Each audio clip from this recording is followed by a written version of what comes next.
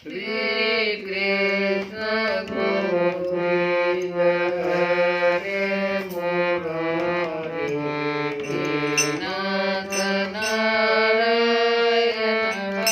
Vasudeva Shri Krishna Govinda Hare Murari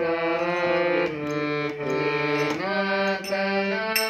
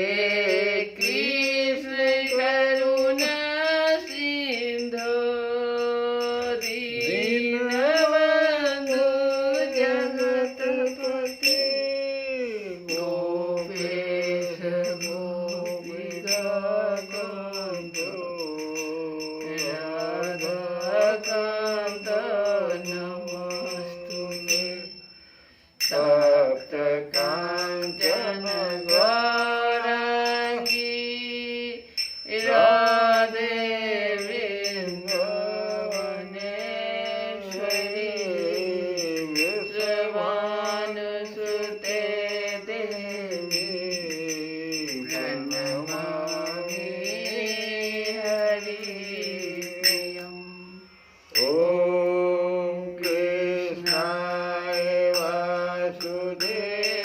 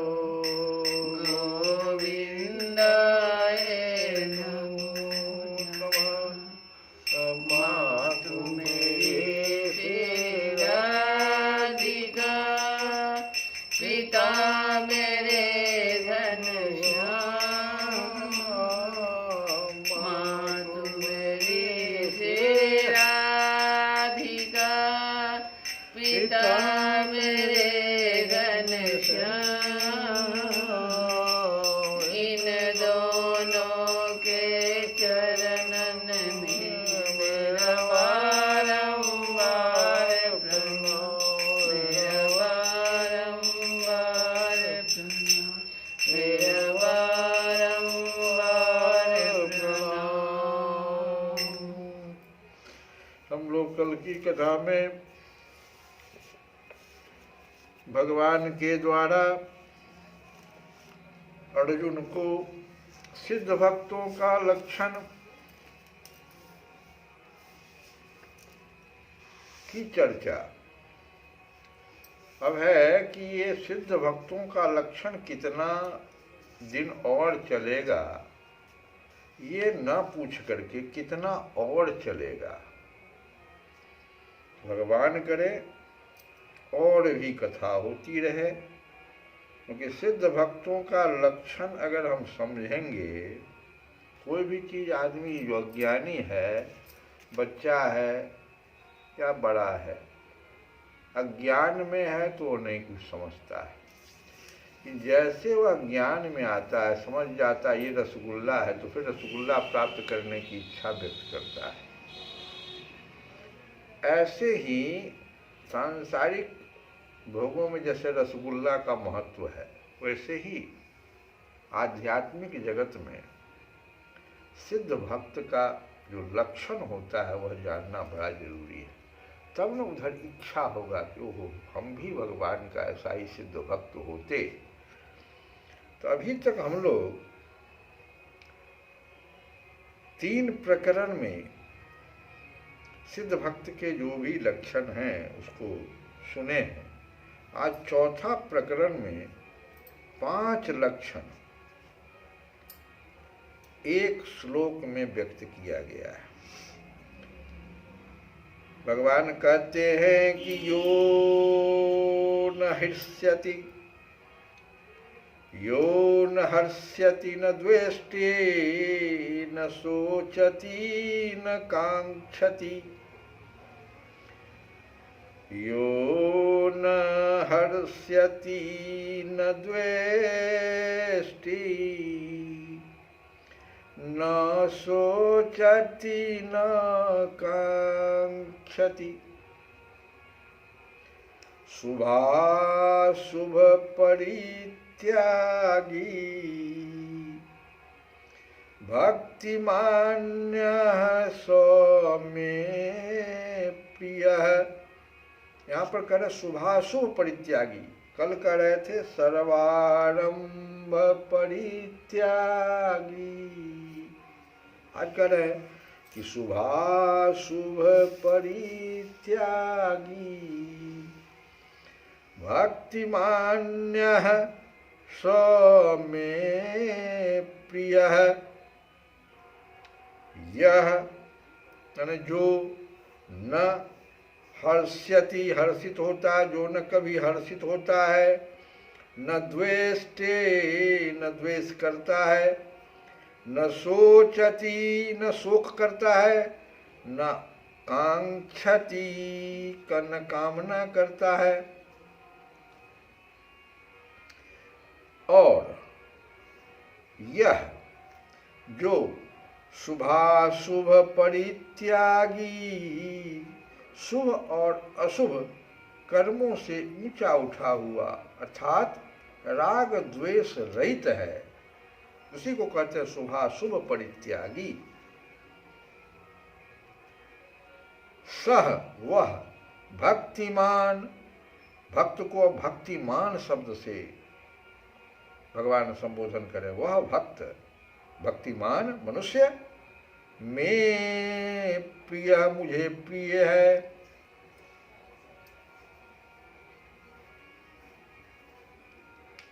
अब यो न हर्ष्यति, न द्वेष्टि, न शोचति, न कांक्षति, ये 4 विकार हो गए। ये मुख्य विकार है, राग, द्वेष, हर्ष और शोक।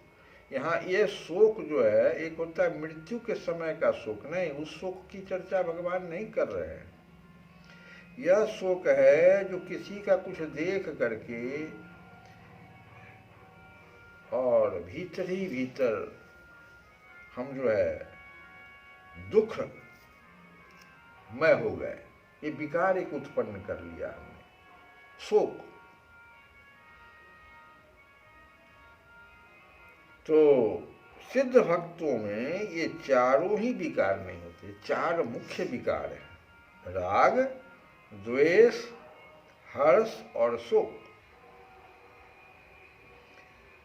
सिद्ध भक्त में यह अनुभव होता है कि संसार का प्रतिक्षण वियोग हो रहा है। सिद्ध भक्त हमेशा यह सब सोचता रहता है कि संसार तो मरण धर्मा है, दिन और रात काल के समान आयु का हरण कर रहा है। पुरंजन की कथा में हम लोग सुने थे, दिन और रात जो है यह काल के समान प्रत्येक दिन और प्रत्येक रात आयु का क्षरण हो रहा है। और भगवान से कभी वियोग होता ही नहीं। लेकिन जो हम ईश्वर अंश हैं, वास्तव में जो हम हैं, भक्त ये मानता है, जानता है कि हम तो ईश्वर के अंश हैं और उनसे तो कभी वियोग होता ही नहीं। हम अविज्ञात को भले ही भुला दे, अविज्ञात हमारे साथ रहता है। संसार के साथ कभी संयोग था ही नहीं, और है नहीं, और रहेगा भी नहीं, और रह सकता भी नहीं। चार चीज, था नहीं, है नहीं, रहेगा नहीं, और रह सकता भी नहीं। अगर हम कोशिश भी करें तो संसार के साथ संयोग नहीं रह सकता, वियोग होना ही है। अतः संसार की कोई स्वतंत्र सत्ता नहीं है। इस वास्तविकता का जो अनुभव कर ले, उससे क्या होता है, जड़ता का कोई संबंध न रहने पर भक्त का केवल भगवान के साथ अपने नित्य सिद्ध संबंध का अनुभव अटल रूप से होते रहता है। इस बात को वो पूरी तरह जान जाता है। ये संसार से उसका कोई संबंध रह ही नहीं सकता है। न था, न है, न रहेगा, न रह सकता है। इस कारण उसका अंतःकरण राग, द्वेष आदि विकारों से अपने आप मुक्त हो जाता है। भगवान का साक्षात्कार होने पर ये विकार सर्वथा मिट जाते। जैसे इसको उदाहरण से बड़ा बढ़िया है कि कोई अगर व्यक्ति, अंधेरा हो गया है, एक दीपक जलाना चाहे, दीपक जला दिया, कोई दूसरा उसको उस दीपक के लौ को बुताने के लिए भी आ गया वहाँ, तो दो प्रकार की प्रतिक्रिया हो गई। एक तो वहाँ पे हर्षित हुआ, जैसे उस अंधकार को हटाया उसने हर्षित हुआ, और जैसे कोई उसको बुझाने के लिए आया फिर उसको उससे तो द्वेष हो गया बुझाने वाले से, और शोक भी भीतर से हो गया। लेकिन यही दीपक अगर दिन के 12 बजे, जिस समय सूर्य भगवान उदय रहते हैं, जला दी जाए, कोई इसको बुता दे, न राग उससे होता, न हर्ष होता है, न बुताने से कोई कष्ट होता है, दुख होता है, शोक होता है, न द्वेष होता है। यही भगवान की सत्ता को समझ लेने पर ये सारा राग, द्वेष, शोक, हर्ष, ये सब जो है अंधकार, अज्ञानता के कारण होता है। जैसे अज्ञानता, जैसे सूर्य भगवान 12 बजे सूर्य भगवान का जो समय है, पूर्ण रूप से वो दिखाई पड़ते हैं, प्रभाव डालते हैं पृथ्वी पर। उस समय में उस दीपक के जलने, बुतने, किसी भी क्रिया से कोई राग, द्वेष, हर्ष, शोक कुछ भी नहीं उत्पन्न होता है। ठीक इसी प्रकार से कहते हैं कि साधनावस्था में साधक ज्यों-ज्यों साधन में आगे बढ़ता है, त्यों ही त्यों उसमें राग, द्वेष आदि कम होते चले जाते, जैसे जैसे उसको ज्ञान होता चला जाता है, प्रकाश, पूर्ण प्रकाश में जब आ जाता है, जो कम होने वाला होता है वह मिटने वाला भी होता है। अब ये राग, द्वेष, हर्ष, शोक, ये सब जो है क्या है, ये हम लोग रोज अनुभव करते हैं कि ये बढ़ता भी है और कम भी हो जाता है। तो वही कह रहे हैं कि जो कम होने वाला है ये चारों क्रिया कम भी हो जाता है। तो जब कम होने वाला है तो मिटने वाला भी। अतः जब साधना अवस्था में ही विकार कम होने लगते हैं तब सहज ही यह अनुमान लगाया जा सकता है कि सिद्धावस्था में क्या होगा। जब साधना अवस्था में ही यह कम होने लगता है तो सिद्धावस्था में तो पूर्णतया यह विकार दूर हो जाता है। हर्ष और शोक दोनों राग द्वेष के ही परिणाम है। जिसके प्रति राग होता है उसके संयोग से, और जिसके प्रति द्वेष होता है उसके वियोग से क्या होता है? हर्ष होता है। जिसके प्रति राग होता है उसके संयोग से हर्ष हो जाता है, और जिसके प्रति द्वेष होता है उसके वियोग से चला गया, बने चला गया, हर्ष होता है। इसके विपरीत जिसके प्रति राग होता है उसके वियोग से या वियोग की आशंका से, और जिसके प्रति द्वेष होता है उसके संयोग से या संयोग की आशंका से शोक हो जाता है।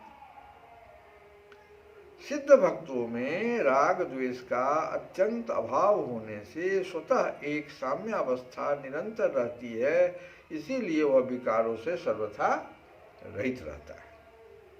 अब आगे शुभाशुभ परित्यागी, ये मतलब इसका अर्थ है भगवान ये कहना चाहते हैं कि ममता, आसक्ति और फल इच्छा से रहित होकर ही शुभ कर्म करने के कारण भक्त के कर्म अकर्म हो जाते हैं। इसीलिए भक्त को शुभ कर्मों का भी त्यागी कहा गया है। राग द्वेष का सर्वथा भाव होने के कारण उससे अशुभ कर्म होते ही नहीं है, और अशुभ कर्मों के होने से कामना, ममता, आसक्ति ही प्रधान कारण अशुभ कर्मों के होने में, और भक्त में इनका सर्वथा भाव होता है, इसलिए उसको अशुभ कर्मों का भी त्यागी कहा गया है।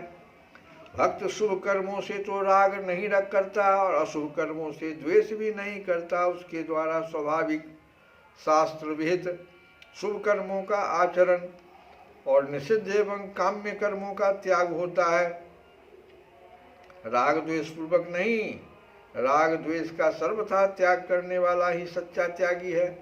मनुष्य को कर्म नहीं बांधता है, इस बात को समझना चाहिए। कोई भी कर्म मनुष्य को बांधता नहीं है, प्रत्युत कर्मों में जो राग द्वेष हो जाता है वो ही बांध देता है, कर्म नहीं बांधता है। कोई भी हम काम कर रहे हैं, किसी का लालन पालन भी कर रहे हैं, तो उसमें हमारा राग द्वेष अगर ना हो तो हम नहीं बंधेंगे। भक्त के संपूर्ण कर्म राग द्वेष रहित होते हैं, इसीलिए वह शुभाशुभ संपूर्ण कर्मों का परित्यागी है। और भक्तिमान कहने का मतलब यहाँ पर है कि भक्त की भगवान में अत्यधिक प्रियता रहती है, उसके द्वारा स्वतः स्वाभाविक भगवान का चिंतन, स्मरण, भजन होता रहता है। इसे भक्त को ही यहाँ भक्तिमान कहा गया है। तो भक्त का भगवान में अनन्य प्रेम होता है, इसीलिए वह भगवान को प्रिय होता है। अब हम लोग एक भजन विनय पत्रिका से ही लेंगे और भोले बाबा का भजन। आज भोले बाबा को याद करेंगे हम लोग विनय पत्रिका से ही। शिव शिव बड़ा सुंदर भजन है जो हम लोग प्रत्येक दिन इसको सुनते भी है। शिव शिव होई प्रसन्न करु दया, शिव शिव होई प्रसन्न करु दया, शिव शिव होई प्रसन्न करु दया, करु दया। कब दया करेंगे भगवान? जब प्रसन्न होंगे, भोले बाबा जब प्रसन्न होंगे तब। शिव शिव होई प्रसन्न करो दया, शिव शिव होई प्रसन्न करो दया, शिव शिव होई प्रसन्न करो दया। करुणामय उदार कीरते बल जाओ हरहु निज माया, बल जाओ हरहु निज माया।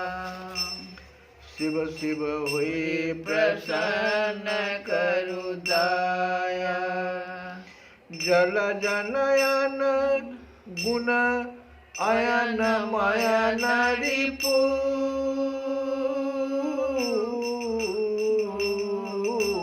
जल जनयन गुण अयन मयन रिपु, महिमा जानन कोय।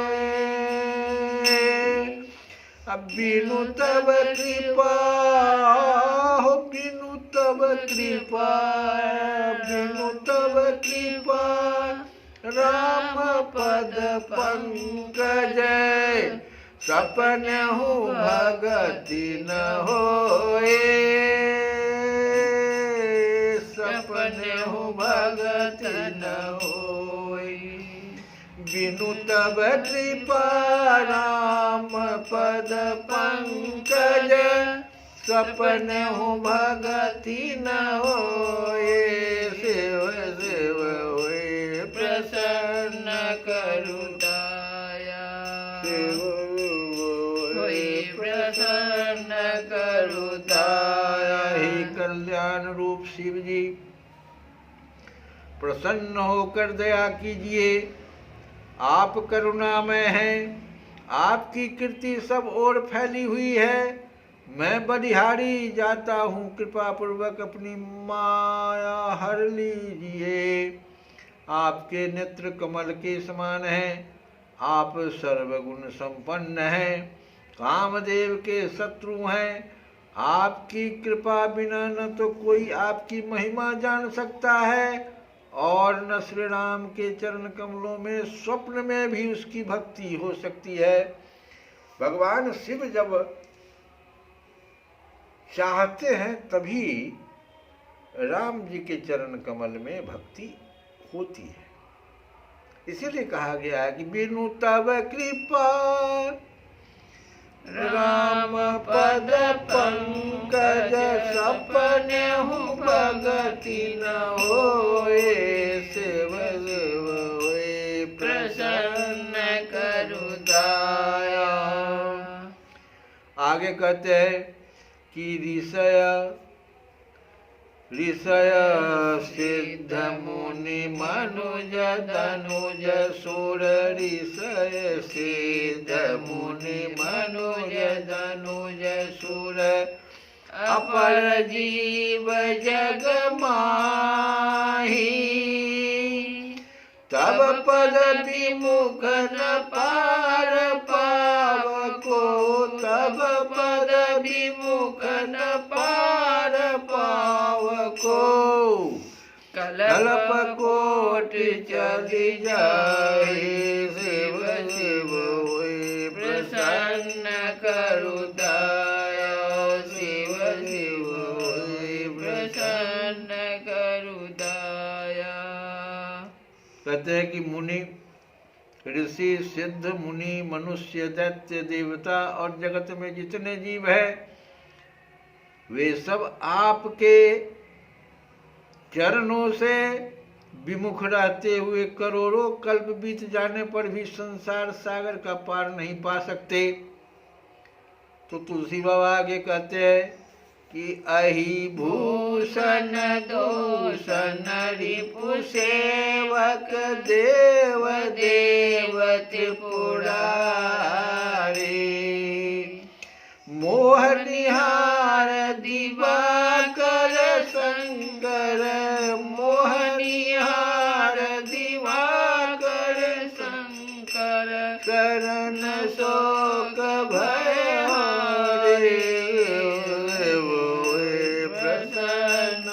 करु दया शिव शिव होई प्रसन्न करु दया।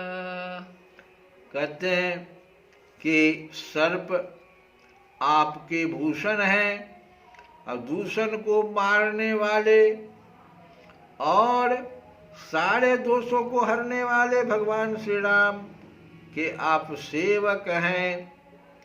आप देवाधिदेव हैं, त्रिपुरासुर का संहार करने वाले हैं। हे शंकर, आप मोह रूपी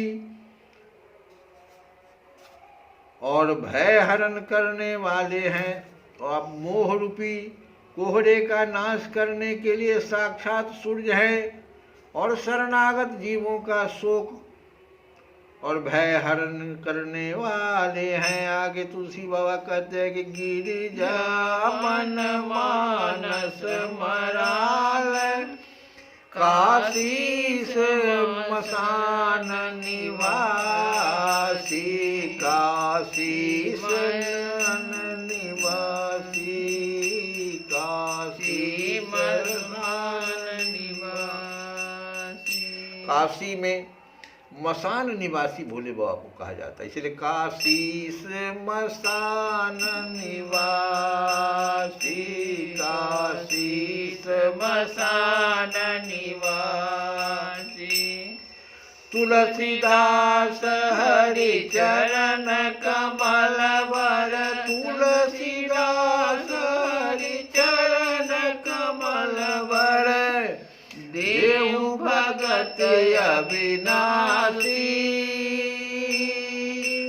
तुलसीदास हरि चरण कमल वर देहु भगत अविनाशी। शिव शिव होई प्रसन्न करु दया शिव शिव होई प्रसन्न करु दया।